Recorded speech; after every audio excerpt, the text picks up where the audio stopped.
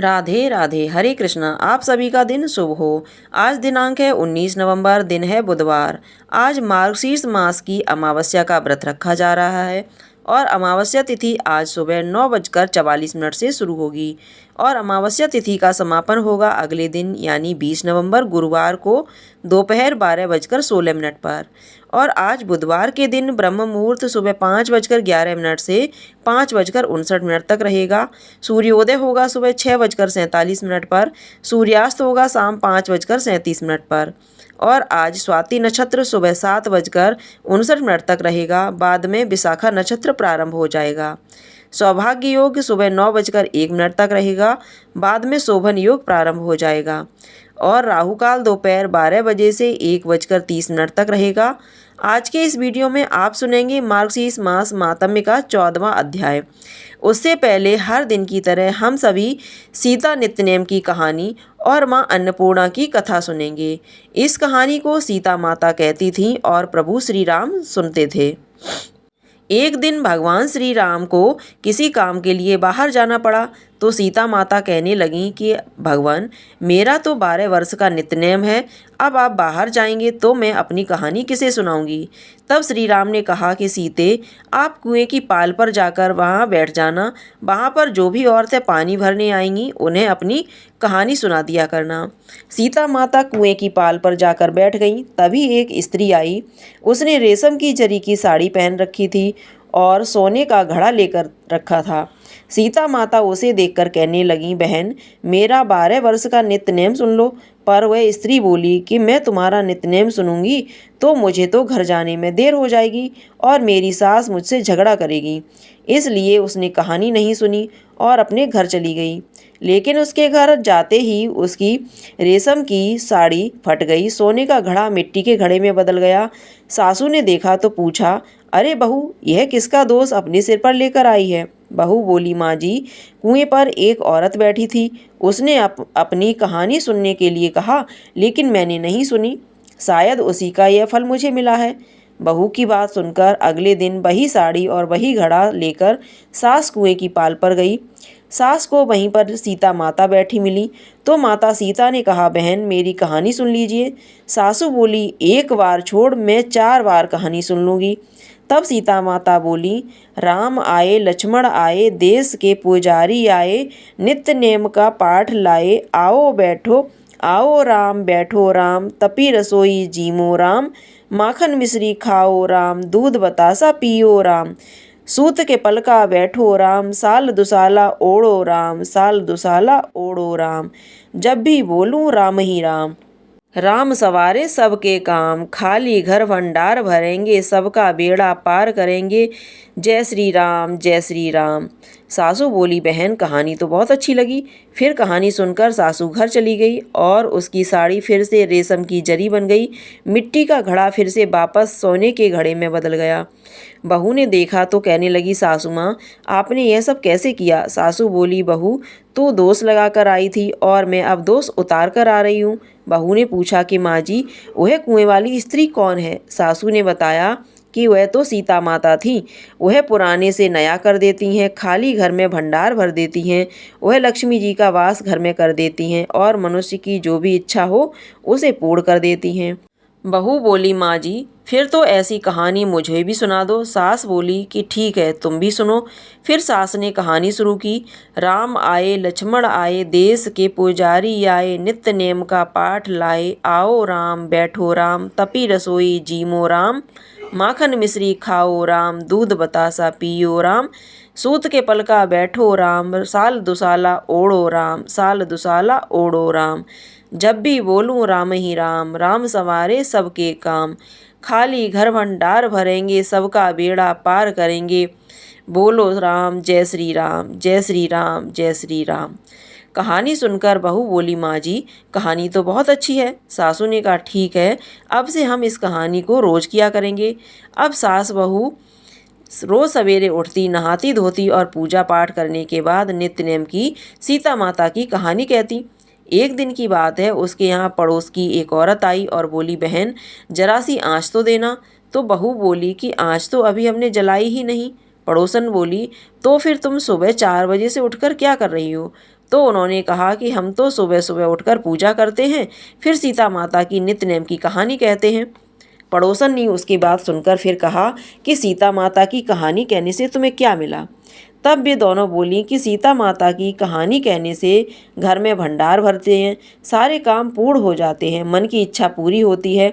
पड़ोसन ने कहा, बहन अगर ऐसा है तब तो फिर मुझे भी कहानी सुना दो। तब बहू बोली कि ठीक है, तुम भी ये कहानी सुन लो। राम आए लक्ष्मण आए, देश के पुजारी आए, नित्य नेम का पाठ लाए। आओ राम बैठो राम, तपी रसोई जीमो राम, माखन मिश्री खाओ राम, दूध बतासा पियो राम, सूत के पलका बैठो राम, साल दुसाला ओढ़ो राम, साल दुसाला ओढ़ो राम। जब भी बोलूं राम ही राम, राम सवारे सबके काम, खाली घर भंडार भरेंगे, सबका बेड़ा पार करेंगे, जय श्री राम जय श्री राम। पड़ोसन ने इस कहानी को सुना तो कहने लगी, बहन कहानी तो बहुत अच्छी है। अब वह पड़ोसन भी नित्य नेम सीता माता की कहानी कहने लगी। कहानी कहने से सीता माता ने पड़ोसन के भी धन के भंडार भर दिए। देखते ही देखते अब तो पूरे मोहल्ले में नित्य नेम की कथा चल पड़ी और हर किसी की मनोकामना पूर्ण होने लगी। सीता माता जैसे आपने उन सभी के भंडार भरे, वैसे ही हमारे भी भरना। कहानी कहने वाले, सुनने वाले और हुंकारा भरने वाले सबके भरना। सभी प्रेम से बोलिए सीता मैया की जय। अब सुनिए आज का मातम्य।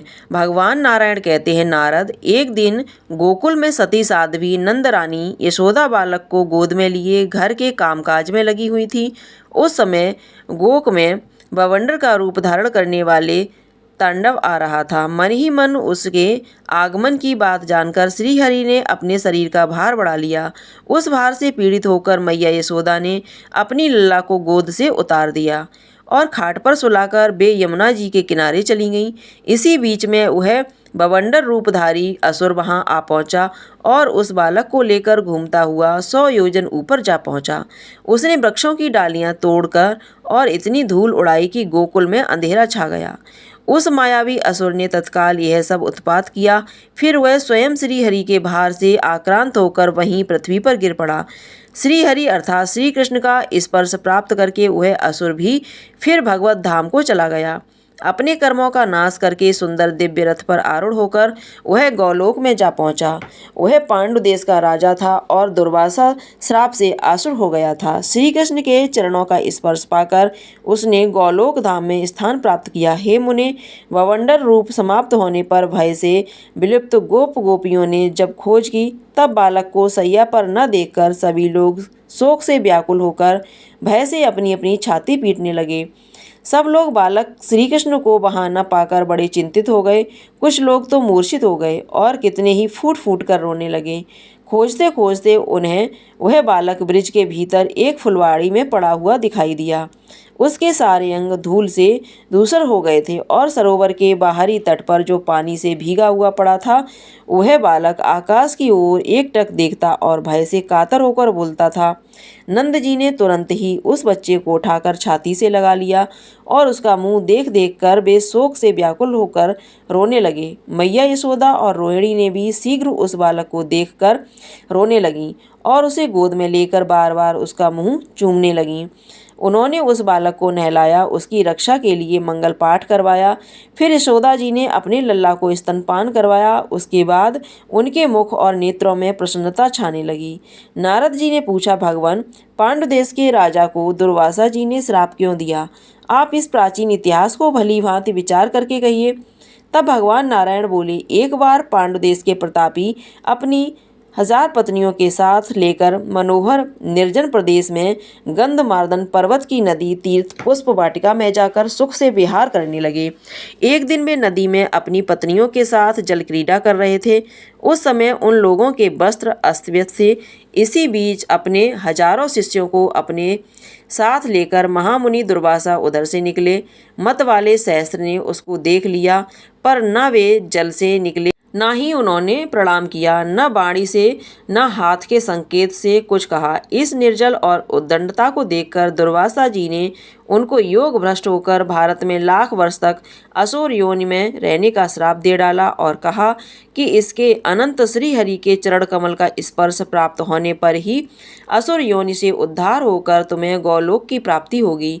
और उनकी पत्नियों से भी कहा कि तुम लोग भारत में जाकर तरह तरह के स्थानों और राजाओं के घरों में जन्म धारण करके राजकन्या हो जाओगी। मुनि के श्राप को सुनकर सभी लोग हाहाकार उठे। राजा सहस्त्र शब्दी हरि के चरण कमलों का अपने हृदय में चिंतन करते हुए वे अपनी पत्नियों सहित उसमें प्रवेश कर गए। इस प्रकार वे राजा सहस्त्र तवाण नामक असुर होने के बाद श्री हरि का स्पर्श पाकर उनके ही परम धाम में चले गए और उनकी रानियों ने भारतवर्ष में मनोवांछित जन्म ग्रहण किया। इस तरह श्री हरि का यह सारा उत्तम महात्म्य मैंने कहा। साथ ही मुनिवर दुर्वासा के श्राप बस असुर योनि में पड़े हुए पांडु नरेश के उद्धार का प्रसंग भी सुनाया गया। अब सुनिए यशोदा जी के घर गोप का आगमन और उनके द्वारा उन सब का सत्कार। शिशु श्री कृष्ण के पैरों की चोट से सकट का चूर चूर होना, श्री कृष्ण कवच का प्रयोग और मातम्य का वर्णन। भगवान नारायण कहते हैं, हे देवर्षि, एक दिन नंद पत्नी यशोदा जी अपने घर में अपने भूखे बालक को गोद में लेकर उन्हें प्रसन्नता पूर्वक स्तनपान करा रही थी। उसी समय नंद मंदिर में बहुत सी गोपियां आईं, जिनमें से कुछ बड़ी बूढ़ी थी, कुछ यशोदा जी की सखियां थीं। इनके साथ और भी बालक बालिकाएं थीं। उस दिन नंद जी के यहाँ आदिक कर्म का संपादन हुआ था। उसी सर पर गोपियों को अपनी ओर आता देखकर यशोदा जी ने अपने बालक श्री कृष्ण को, जिसका अभी पेट भरा भी नहीं था, शीघ्र सैया पर सुला दिया और स्वयं उठकर प्रसन्नता पूर्वक उन सभी को प्रणाम किया। इतना ही नहीं, बड़ी प्रसन्न हुई गोपी यशोदा ने उन सबको तेल, सिंदूर, पान, मिष्ठान, वस्त्र और आभूषण भी दिए। इसी बीच में माया के स्वामी भगवान श्री कृष्ण माया से भूखे बनकर अपने दोनों पैर ऊपर फेंक फेंक कर रोने लगे, जैसे कि अक्सर नन्हे शिशु किया करते हैं। मुने उनके पास ही गोरस के मटके से भरा हुआ छड़का रखा हुआ था। श्री कृष्ण का एक पैर उससे जा लगा। विश्वम्भर के पैर का आघात लगने से वह छटका चूर चूर कर टूट हो गया। उस छटका भरा हुआ दही, दूध, माखन, घी और शहद धरती पर गिरकर वह जा चला। यह आश्चर्य देखकर भय से व्याकुल गोपियां उस बालक के पास दौड़ी हुई आईं। उन्होंने देखा कि छटका तो टूटा पड़ा है, तब बालक उसकी बिखरी हुई लकड़ियों के अंदर दबा हुआ है। फटे फूटे मटकों का समूह और बहुत सा गोरस अर्थात दूध, दही, घी, मक्खन भी वहां पर गिरा हुआ दिखाई दिया। लकड़ियों को दूर फेंककर भय से व्याकुल हुई यशोदा जी ने अपने नन्हे से बालक को गोद में उठा लिया। योग माया की कृपा से उस बालक के सारे अंग सुरक्षित थे। उसे कुछ भी नहीं हुआ था, बस वह तो भूख से व्याकुल हो रहा था। यशोदा जी ने अब तक अपने नन्हे बालक को स्तनपान कराया और स्वयं इस घटना से डरकर फूट फूट कर रोने लगी। गोपों ने वहाँ खेलते हुए बालकों से पूछा कि अरे बालकों, ये छटका कैसे टूटा है? इसके टूटने का यहाँ तो कोई कारण दिखाई नहीं देता। अचानक ये अद्भुत कांड कैसे घटित हो गया? उनकी बात सुनकर सब बालक बोले, हे गोपगणों, सुनो, अवश्य ही श्री कृष्ण के पैरों का धक्का लगने से यह छटका टूटा है। बालकों की बात सुनकर गोप और गोपियां हंसने लगी। उनकी बात पर बिल्कुल भी विश्वास नहीं हुआ। वह बोले, अरे बच्चों की बातें सच नहीं होती। तुरंत ही श्रेष्ठ ब्राह्मण वहां आए और उन्होंने उस बालक की रक्षा के लिए स्तवनी वाचन किया। एक ब्राह्मण ने शिशु के शरीर पर हाथ रखकर कवच पढ़ा।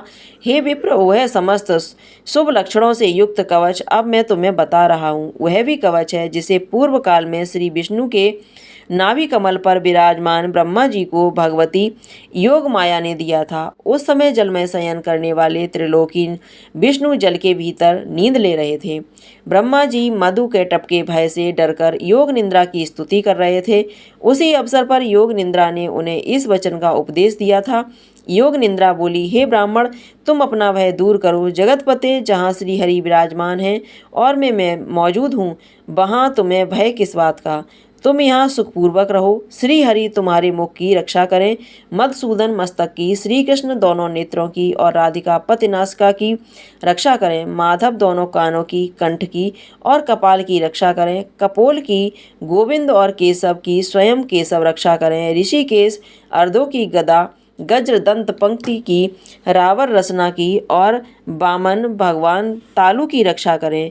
मुकुंद तुम्हारे बक्ष स्थल की रक्षा करें। दैत्य सधन उदर का पालन करें। जनार्दन नाविक की और विष्णु तुम्हारी ठोड़ी की रक्षा करें। पुरुषोत्तम तुम्हारे दिनों नितंब और गुहा भाग की रक्षा करें। भगवान जानकी ईश्वर तुम्हारे घुटनों की सदा रक्षा करें। नरसिंह सर्वस्त्र संकट में दोनों हाथों की और कमलोदय वराह तुम्हारे दोनों चरणों की रक्षा करें। उपनारायण और नीचे कमलापति तुम्हारी रक्षा करें। पूर्व दिशा में गोपाल तुम्हारा पालन करें। अग्निकोण में 10 मुख श्री राम तुम्हारी रक्षा करें। दक्षिण दिशा में बनमाली नरत कोण में बैकुंठ और पश्चिम दिशा में सत्पुरुषों की रक्षा करने वाले स्वयं वसुदेव तुम्हारा पालन करें। वायव्य कोण में अजन्मा बिटर श्रवस्ती, उत्तर दिशा में कमलासन ब्रह्म अपने तेज से सदा तुम्हारी रक्षा करें। ईशान कोण में ईश्वर रक्षा करें। शत्रुजीत सर्वत्र पालन करें। जल थल और आकाश में तथा निंद्रावस्था में श्री रघुनाथ जी रक्षा करें। हे ब्राह्मण, इस प्रकार परम अद्भुत कवच का वर्णन किया गया। पूर्व काल में मेरे स्मरण करने पर भगवान श्री कृष्ण ने कृपा पूर्वक मुझे इसका उपदेश दिया था। शंभु के साथ जब निर्जल घोर और दारुण संग्राम चल रहा था, उस समय आकाश में खड़े होकर मैंने इस कवच की प्राप्ति मात्र से तत्काल उसे पराजित कर दिया था। इस कवच के प्रभाव से शंभु धरती पर गिरा और मर गया। पहले सैकड़ों वर्षों तक भयंकर युद्ध करके जब शंभु मर गया, तब कृपाल गोविंद आकाश में स्थित होकर कवच और माल देकर गोलोक को चले गए। मुने, इस प्रकार कल्प का व्रत कहा गया है। इस कवच के प्रभाव से कभी भी मन में भय नहीं होता। मैंने प्रत्येक कल्प में श्री हरि के साथ रहकर करोड़ों ब्रह्मों को नष्ट होते देखा है। ऐसा कह कवच देकर देवी योग निद्रा अंतर्ध्यान हो गई। हे कमलोदय ब्रह्म भगवान विष्णु के नाभि कमल में निशंक भाव से बैठे रहे।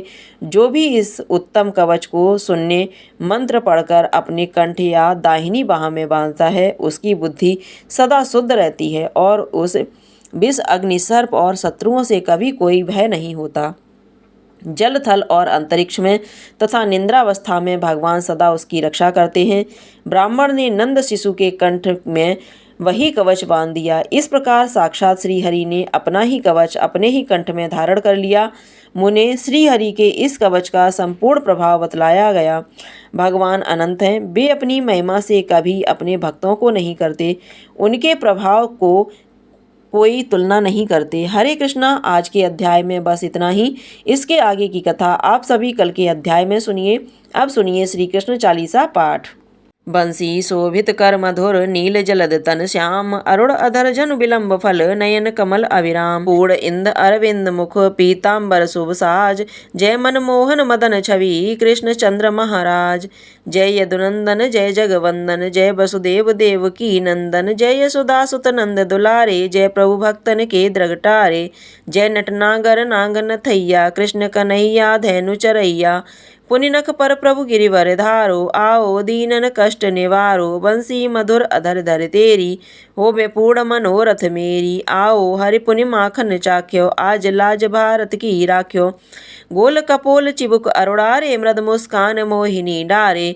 रंजित राजीव नयन विशाला, मोर मुकुट बैजंती माला। कुंडल श्रवण पीतपट आछे, कटी किंकड़ी काचन काछे। नील जलद सुंदर तन सोहे, छविलख सुन्नर मुनि मन मोहे। मस्तक तिलक अलक घुंघराले, आओ कृष्ण बांसुरी वाले। कर पै पान पुतनियो तार्यो, अका बका कागा सुर मार्यो।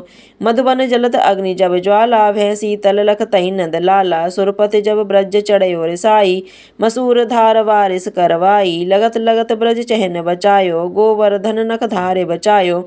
लखिय सुदामन ब्रह्म अधिकाई, मुख में 14 भुवन दिखाई। दुष्ट कंस अति उदम मचायो, कोटि कमल जब फूल मंगायो। नाथ काली तब तुम लीने, चरण है निर्वय है कीने। कर गोपियन संग रास विलासा, सबकी पूरण करी अभिलाषा। केतिक महा असुर संगार्यो, कंस केस पकड़ दे मार्यो। मात पिता की बंद छुड़ाई, उग्रसेन कहाँ राज दिलाई। मई से मृतक छयो सुत लायो, मात देव की शोक मिटायो। भौमासुर मुर दैत्य संहारी, लाए 68 सहस कुमारी। देव नहीं तृण चीर संहारा, जरा सिंधु राक्षस का हमारा। असुर बकासुर आदिक मार्यो, भक्तन के तब कष्ट निवार्यो। दीन सुदामा के दुख टार्यो, तंदुल 3 मूठ मुख डार्यो। प्रेम के साग विदुर घर मांगे, दुर्योधन की मेवा त्यागे। लखी प्रेम की महिमा भारी, ऐसे श्याम दीन हितकारी। भारत के पारथ रथ हाके, लिए चक्र कर नहीं बलता के। निज गीता के ज्ञान सुनाए, भक्तन हृदय सुधा बरसाए। मीरा थी ऐसी मत वाली, विष पी गई बजा कर ताली। राना भेजा सांप पिटारा, सालिग्राम बने बनवारी। निज माया तुम विविध दिखायो, और तय संशय सकल मिटायो। तब सत निंदा करी तत्काला, जीवन मुक्त भयो शिशुपाला। जबहि द्रौपदी टेर लगाई, दीनानाथ लाजे अब जाई। तुरतई बसन बने नंदलाला, बड़े चीर वै अरमुख काला। अस नाथ के नाथ कन्हैया, डूबत भवर बचावत नैया। सुंदर दास आस उरधारी, दया दृष्टि कीजे बनवारी। नाथ सकल मम कुमति निवारो, क्षमऊ बेग अपराध हमारो। खोलो पट अब दर्शन दीजे, बोलो कृष्ण कन्हैया कीजे। बोलो कृष्ण कन्हैया कीजे। यह चालीसा कृष्ण का पाठ करे और धार, अष्ट सिद्ध नवनिधि फल लहे पदारथ चार।